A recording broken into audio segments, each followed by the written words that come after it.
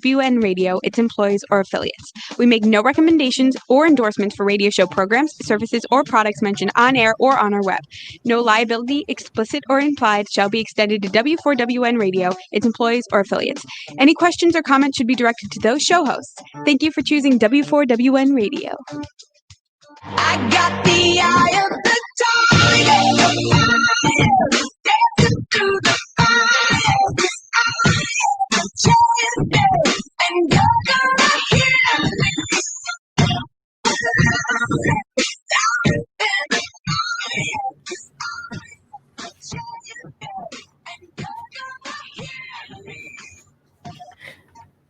Hello, and welcome to the Success for Women show.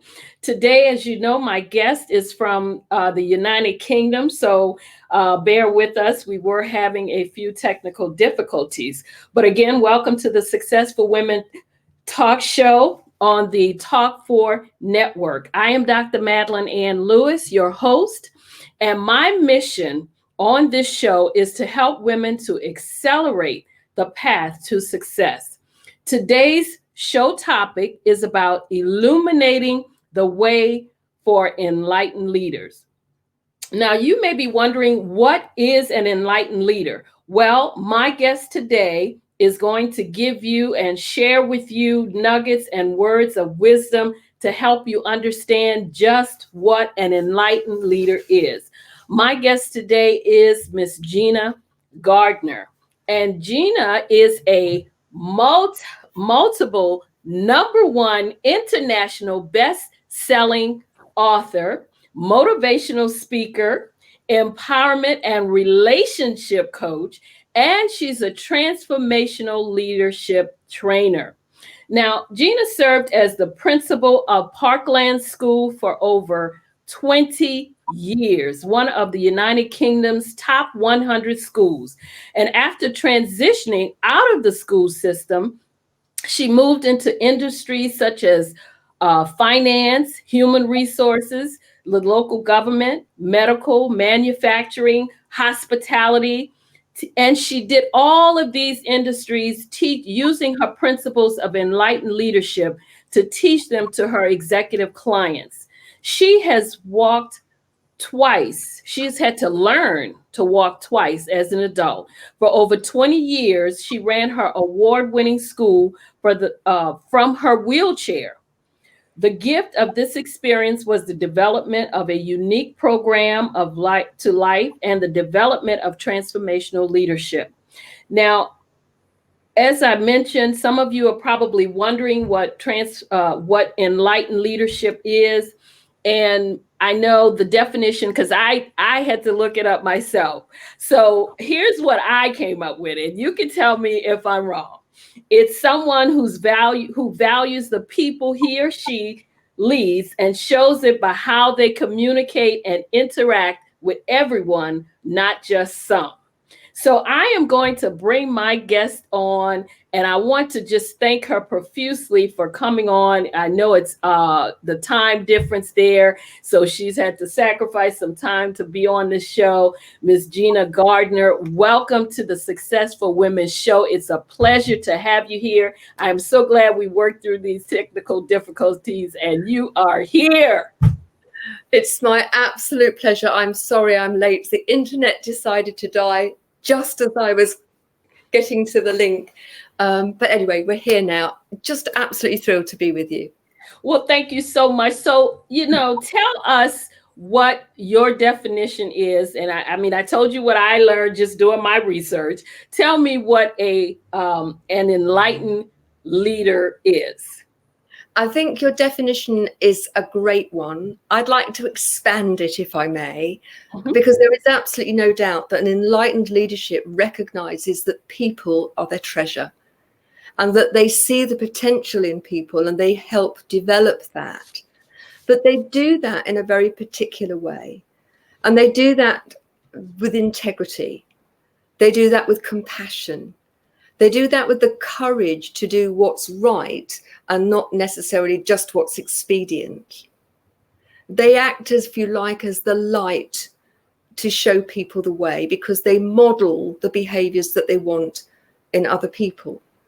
They don't do as I say and then get on and do something different.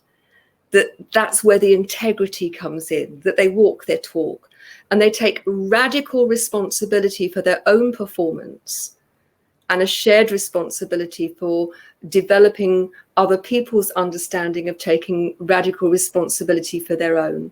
And collectively, they have responsibility for their family, because this is leadership for life. It's not just for business, Right. but in the business context, they take responsibility for the team together, or the business together, or the conglomeration, whatever it happens to be. Wow. That is so very important, especially in the world today. Tell me, why is it, as I said, I know it's important, but why do you feel being an enlightened leader is important right now, especially because we're moving into a new normal? I think it's always been important. One of the things that I've recognized is that over the last few years, actually, I believe since the last recession, I think the quality of leadership has deteriorated hugely. And if you look at the cost of poor leadership, look at the human cost in terms of stress, anxiety, depression.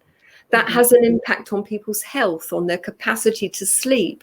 They're more likely, if they're stressed, to have a heart attack or a stroke. It impacts on our immune system.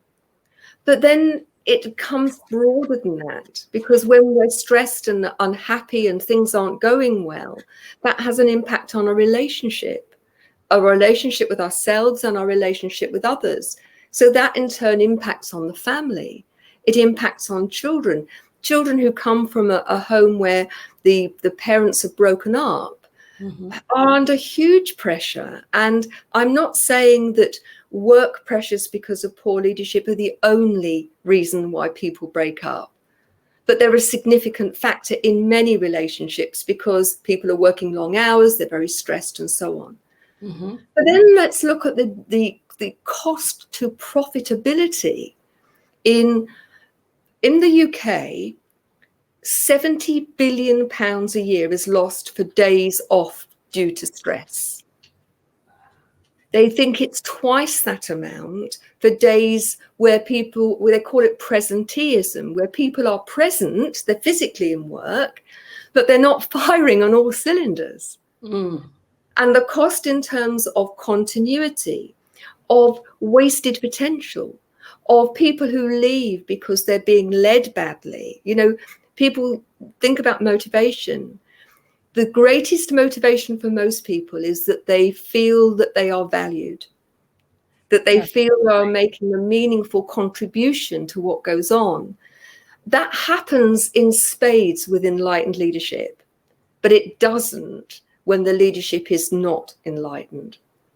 Absolutely. So the cost at every level makes sense for there to be enlightened, profitable leadership. Because ultimately you get profits in the broadest sense, abundance in terms of great relationships, in terms of good customer service, at every level, and that translates to your bottom line. Now, you talked about the new norm. If people stay stuck doing what they've always done, they're going to fail. You can see it, can't you? The number every time you watch the news, there's another company gone to the wall. We are going into a new normal, a new era of consciousness. And those people who lead in an enlightened, profitable way are going to find that they are the ones that succeed. Because when you embrace the collective skill, expertise, experience, enthusiasm of your staff, and you do that in an enlightened way, you have much more in the way of resources to call upon. You can be more creative. You can learn to do things in a different way. And we're hearing a lot about pivoting. And I think pivoting is very limited. This is about up-leveling. This is about looking to do things in a different way, in a way that is absolutely more about embracing people and taking them with you, rather than trying to get the most out of them and burning them out. Wow. That is key. And as you said, we're seeing a lot today of things that need to be changed. Some of the leaders we have in your country and also here in the United States, there's definitely some changes that could be made. And when you talk about enlightened leaders, though, give us a couple of characteristics that you think they should possess. First and foremost, they need to be self-aware. Enlightened leaders are prepared to do the deep dive work on themselves. They're reflective and they look at what are the things that I'm doing well and where are my areas for development. Mm-hmm. They don't have big egos. It's about having a really strong sense of purpose. What's my why? What am I doing this for? Why is it important? Because that's what drives you. That's what keeps you going when life gets tough. And I think what we're going to see as we move into the future is far more businesses that have a real sense of wanting to leave a positive living legacy in terms of the people that they work with internally within the company, that with society as a whole, with the environment. I believe we're at a watershed. The human race is either going to destroy the earth and itself, or it's going to wake up and start to do things differently. Absolutely. And I think we can see the green shoots of people who are enlightened and want to make a positive difference. And for me, it's all about working with those people in the vanguard, those people who want to then work and illuminate the way for others coming behind them. Because I think we're in for a pretty rocky time unless people are prepared to do things very differently. Absolutely. So how do you think that enlightened leaders can get the best out of the people that work with them, work for them, or, how can they get the best out of people? First and foremost, they've got to get the best out of themselves. You've got to be the best version of you. All right. You've got to walk your talk. You've got to understand what your why is. You've got to have a sense of what your core values are. Now, lots of organizations have got their core values and they've got them up on the wall, and aren't they wonderful? Oh, yeah. But then you look at the behaviors. So if you have a core value, what are the behaviors that everybody needs to embody in order for that core value to be met and be embodied in daily living? So the leader has to be clear about what those are and clear about the expectation. I've done a lot of work with individuals and with teams and with whole organizations. And it's really interesting how we use language. You'll have heard people say, that's not good enough. And people think, but what is? I'm being told it's not good enough, but what do I do? Because when you talk about excellence, lots of people bandy about excellence. We do an excellent job. But what does excellence really look like in the context of that organization or that department or that job? And having that vocabulary, that there is a shared vocabulary around excellence in the context of whether it's a manufacturing firm or whether it's customer service or in a school or in a hospital. And then breaking that down to, let's use the analogy of a hospital. Excellence in one ward may not be the same as excellence in another or in the canteen. Absolutely. The other thing I think is we have to value each person's contribution. So you'll find in many organizations, they value people of high status.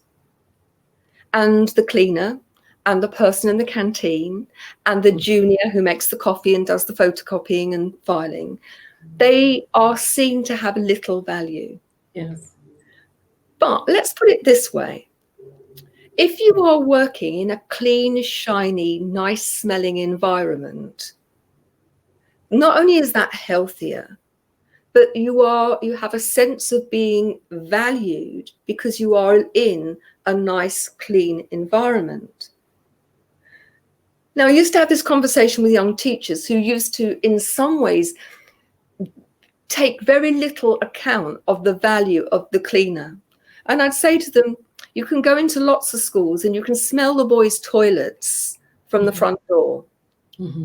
Do you ever, even on the hottest day, ever have anything but a beautiful, clean smell in this school? No. Is your classroom cleaned every night and you come in and it's bright and shiny? Yes. Does that not tell you something about the value that that person has to the whole organization? Mm-hmm. They are as important as you. Their role is different. Their contribution is different. But do you want to go and clean the boys' toilets? Mm-hmm. Do you want to go and scrub the floor? How about you really appreciate those people who are doing that and you tell them? Because the people here take a pride in what they do. So this is about being the very best professional you can be, whether you're a washer-upper or a CEO. And if you, an enlightened leader actually recognizes the value of the contribution that each person makes and gives them a sense of wanting to be the best version of them, because they're always being the best version as the enlightened leader. Now, it's not done and dusted. My best version of me today is my best version of me today. But if I constantly grow, my best version of me next week, next month, next year, in 5 years' time is going to be very different.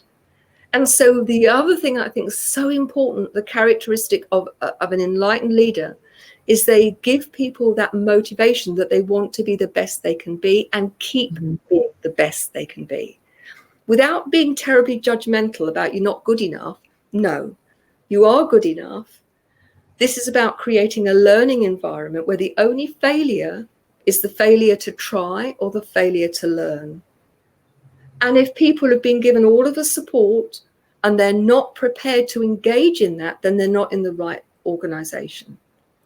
So this isn't about putting up with everything. It's having very high expectations, but providing the structures for people to meet those, know what they are to start with, and then to meet them.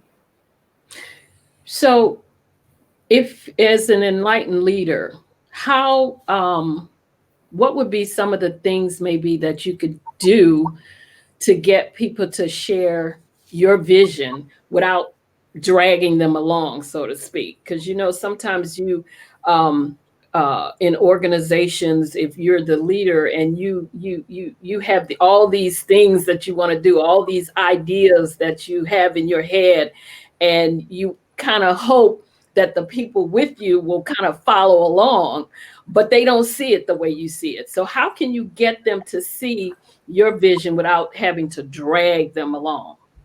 I think this happens at there's a number of levels to this, and in the very short time that we have, I'm going to be quite simplistic about it, but obviously it is multi-layered. But first and foremost, having lots of ideas is not having a vision.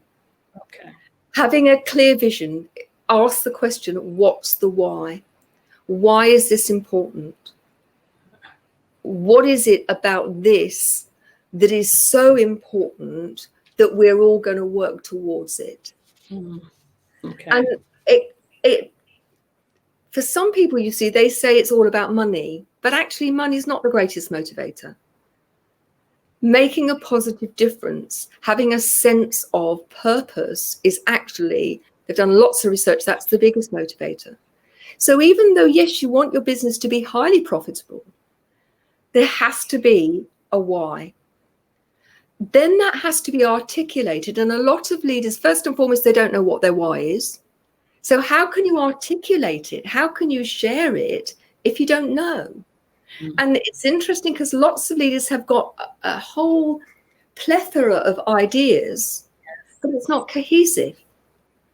And if it's fragmented, it's the difference between having a clear vision and not. It's the difference between using an old-fashioned blunderbuss, which was full of shot that just went all over the place, and having a rifle view that there is this very, really clear path that might not know how to get there, but that's where we're heading.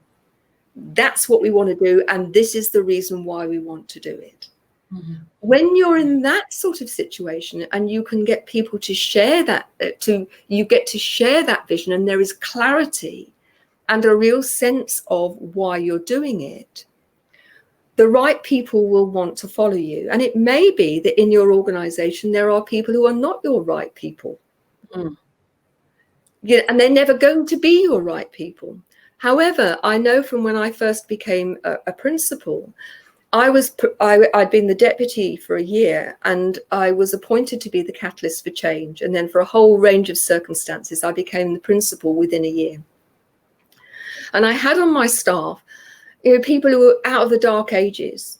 And I thought, how on earth am I going to get them to come along with my vision for a school, which is where the children and all the staff are engaged in lifelong learning, where it's fun to be there, where children are enthusiastic and learn. There's no tolerance of aggression, where there's high expectations of everyone. And you can't have high expectations of children and no tolerance of aggression if you've got teachers who shout and who are aggressive. I've got teachers whose standards aren't high enough. And so it has to come from modeling what you want. So you can say to the children or to the parents, we don't tolerate aggression here. You never hear one of the teachers use aggression. You certainly don't hear me as a principal using aggression. And we don't expect it from you. There are other ways. If there's a problem, talk to us. We'll listen. But don't come shouting, don't come threatening, don't come doing all of that. And I worked in an urban area, which was quite externally, the area quite aggressive, quite a lot of racial tension. But within the school, not tolerated. Didn't mean it didn't happen, but if it was happened, it was not tolerated. But we all had to be absolutely squeaky clean. So not only did I make sure that I appointed the right people, but with the people who were already there, it was, this is how it's going to be. If you are going to be part of this, the expectation is that you will engage with this. And if not, then it's not the right place for you, because this is absolutely what we're going to expect. Wow. Interestingly, nobody chose to leave. And I'll give you an example. One of the teachers was known as the Welsh Dragon. She was 4'10", and my goodness me, she was fierce.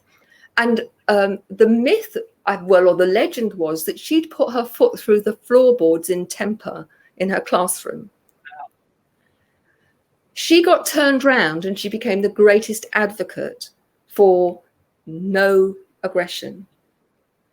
And that was because she could see why it was so important. And she was given the tools, how to diffuse, how to manage her own emotional state, how to deal with her anger, how to deal with her frustration in a very different way.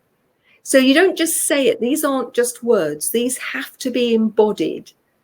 And that requires the leader to ensure that all of the people understand using the right language, and that they understand why it's important, that they're given the support and training. But the expectation is you match this or it's not the right place for you. Wow. And you actually touched on my what would have been my next question, because I was going to ask you if you feel that being an enlightened leader may sometimes mean you have to put your personal values aside. But from what you just said, I would say the answer to that would be no. I would say that you never put your personal values aside. You may deal with other people differently according to need. But for me, the values run, this may be an analogy that doesn't work in the States, but in the UK, if you go to the seaside, they have, it's called rock, and it's pink, peppermint flavored, and all the way down the piece of rock, it doesn't matter where you cut it, it will say Brighton or Southend or Clacton written in the sweetie. Okay. And so your values should be a bit like that. So whatever happens, your values should run through whatever you do. And that's why for me, my top 3 values in terms of life, if you like, integrity, compassion, and the courage to do what's right. And for me, I have other values, but those three are my top three values. And you can see that in my dealings with everybody, that, you know, if I say I'll do something, unless there's a very good reason, I will do it. If I can't do it, I will let that person know why in plenty of time and how, and, you know, find another way forward. That relationships are based on trust and respect. That for me, that all of those are part of integrity. If you like, integrity is the umbrella. In the same way that for me, this is about leading. People use the word love and think of it being pink and fluffy. All right. There's nothing pink and fluffy about love, because if you love unconditionally, you want people to do the best they can do and you won't accept less. But you give them the tools and you give them the support, and you give them the opportunities. But you all starts with you. You're the common denominator that you take into every moment of every day in your life. So it behoves you to have the best relationship that you can with yourself. Every relationship with other people is a reflection of the relationship you have with you. And if the third thing is that you take radical responsibility for everything you say, how and when, or if you say it, and everything you do, how and when, and if you do it. And if you're doing those things, then you are pretty well on your way to becoming an enlightened leader. And people will follow you because they'll trust you. And the interesting thing is sometimes you have to make unpopular decisions. But if you have that relationship with people where they trust you, they know what you're aiming for and why, they will go along with those decisions because they can see that they're being done with integrity, compassion, and courage, and that there's a blooming good reason why you're doing it. Wow. And that you know you're going to be fair, that there's no favoritism, that this is being done because it's in the best interest of the whole. And so they'll take on board pretty challenging decisions because they know that they come from that place of enlightenment. Now, I had a question in the chat room, and they wanted to know, where do you see the changes need to start? Always with the individual. You have to start with you. You are the only person that you have absolute control over. Mm-hmm. And you start to, I think it was Gandhi who said, start to be the change you want in others. Mm-hmm. So absolutely starts with you. But I also think it starts with reaching out and, you know, perhaps getting some help in terms of developing that enlightened leadership role. Mm-hmm. Because, you know, the easiest way to learn is to learn from somebody who's been there, done it, and understands it. You have to make it your own way, of course. Absolutely. But ultimately, rather than starting from a blank piece of paper, then go and work with somebody who actually understands this and can help you and recognize the patterns of behavior. This afternoon earlier, I was working with a client, and a lot of what I was doing this afternoon was holding up a mirror and saying, you know, really? You know, what you're doing is kidding yourself. Just look at the pattern, look at what's going on. And, you know, very often we have these behaviors, they become our strong suits. A strong suit is something goes on in your life and you deal with it and it works. So you do it again and it works. So you do it again and it works. And you keep using that same way of behaving even when it stopped working, because you don't recognize that you're in this pattern of habitual behavior. And 95% of most people's behavior is habitual. Doesn't cross the conscious mind. It's being done because that's what you've always done. But recognizing your strong suits and recognizing that actually we need to do a lot of things differently moving forward can feel scary. And people say, but I don't know how. Well, to start with, you just got to know it needs to be done. And then work one step at a time. Thank you. Now, briefly, can you tell us, because we're almost coming to the end of our show, can you tell us, I know you have a book, can you tell us how we can get your book and also how the viewers can reach out to you if they'd like to get more information? They can always email me at gina@genuinely, then a little hyphen, and then the word you.com. And that's the address for the website, genuinely-you.com. If you're interested in knowing more about the Enlightened Leadership Program, then go to enlightenedleadership.co. All of my books are on Amazon, and they're also available on the website. And their version of the late Thriving Not Surviving is also an audio. They're all paperbacks and ebooks, so very easy to get hold of. But the website, genuinely-you.com, you can contact me through there, or as I say, email me. I'd love to hear from people, love to hear what they think, and any questions, then let us know. Absolutely. Well, thank you so much for joining us today. I'm glad that you were persistent in getting through those technical difficulties.